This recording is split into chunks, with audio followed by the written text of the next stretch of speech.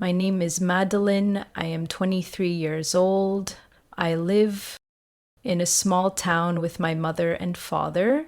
I always dreamed of my wedding day. I dreamed of wearing a white dress, holding flowers, and walking with a smile. I met Gerald 3 years ago. He was kind, funny, and handsome. We met at a friend's birthday party. He said hello with a sweet smile. That smile stayed in my heart. After some time, he asked me to be his girlfriend. I said yes. We were so happy. We talked every day. We talked about our dreams, our future. We made plans. One day he asked me to marry him. I cried and said yes. It was the happiest day of my life. Now my wedding day had finally come. My mother woke me up early. Madeline, wake up, darling. I looked up and saw about her from the dark bedroom. Today is your big day, she said with tears in her eyes. I smiled and said, yes, mother, I can't believe it's here. My friends came to help. They did my hair and makeup. My dress was white with little shiny pearls. I looked in the mirror. I felt like a princess. Malenier, you look beautiful. My best friend, Eleanor, said. The house was full of people, relatives, friends, and neighbors. Some were laughing, some were crying. My father stood near the door watching me. My little girl is getting married, he whispered. I ran and hugged him. Don't cry, father, I said. I will, always. Be your little girl. He nodded but didn't speak. Gerald's family was waiting. My heart began to beat fast. My phone rang. It was Gerald. Are you okay? I asked. He laughed. Yes, I just wanted to hear your voice. I'll see you soon, my bride. I smiled. I love you. Aidez-vous? I love you too, he said, and cut the call. I walked into the hall with my father. Everyone stood up and looked at me. I saw Gerald at the front. He looked at me and said, you look beautiful. I sat beside him. We exchanged rings. My heart was full. Then something strange happened. The light suddenly went off. The music stopped. Everyone looked around. What happened? I asked Gerald. I don't know, he said. A voice came from outside, a loud voice. Stop this wedding. Everyone turned to the entrance. A man stood there, tall, dark eyes, angry face. Who is that? I said. I don't know, Gerald said. The man walked inside. This wedding can't happen, he shouted. My mother ran to me. What is going on? She said. The man looked straight at me. Madeline, do you remember me? I was confused. No, I don't, he laughed.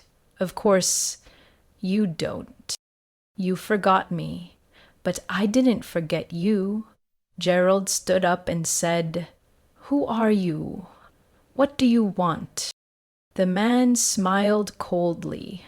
I am the truth you tried to hide, he said. I said, please tell us what you're talking about. He took something from his pocket, a photo. He showed it to everyone. It was me, but I was younger, standing with him, smiling.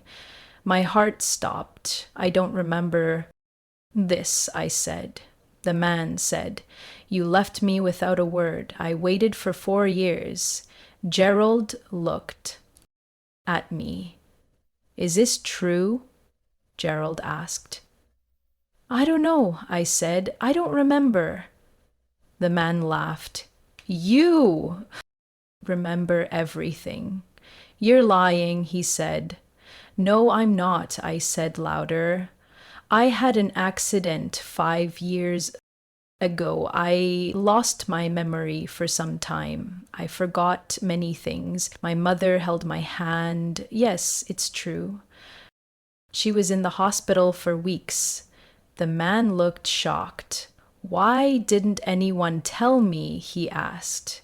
We didn't know about you, my mother said. She never spoke of you. The man sat down.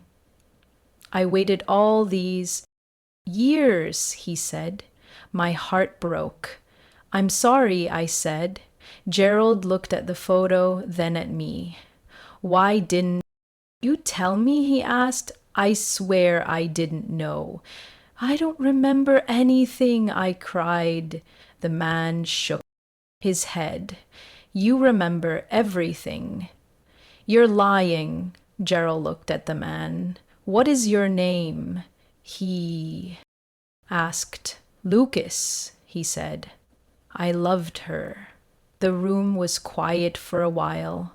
Then Gerald said, But she doesn't remember you, and I love her now. Lucas looked at him.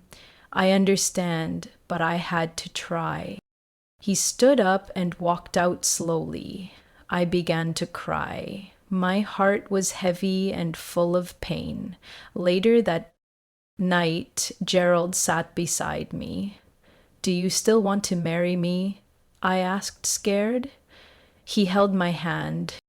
Yes, because I love you for who you are now. I looked into his eyes. I knew his love was real. Still, I could not forget the pain on Lucas's face. Did I really love him?